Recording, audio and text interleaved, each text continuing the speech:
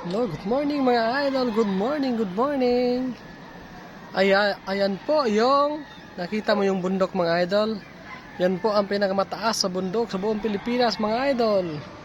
Ang Mount Apo. So ayan. Makikita yan sa Digo City to Cotabato City yan. Makikita din yan mga idol sa Davao City.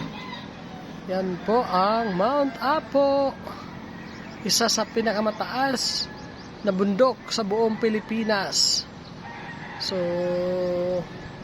ayan.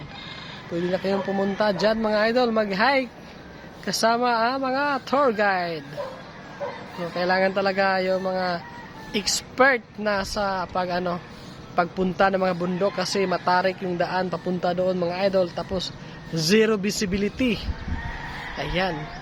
Yan po mga idol. Nakikita nyo ba yung nakikita ko mga idol? Yan po yung Mount Apo. Kahit dito ako ngayon sa Tagum City mga idol is kitang kita talaga yung bundok na yan. Kasi yan po ang pinakamataas na bundok sa buong Pilipinas. So ayan. Sa ulitin po, yan po ang Mount Apo.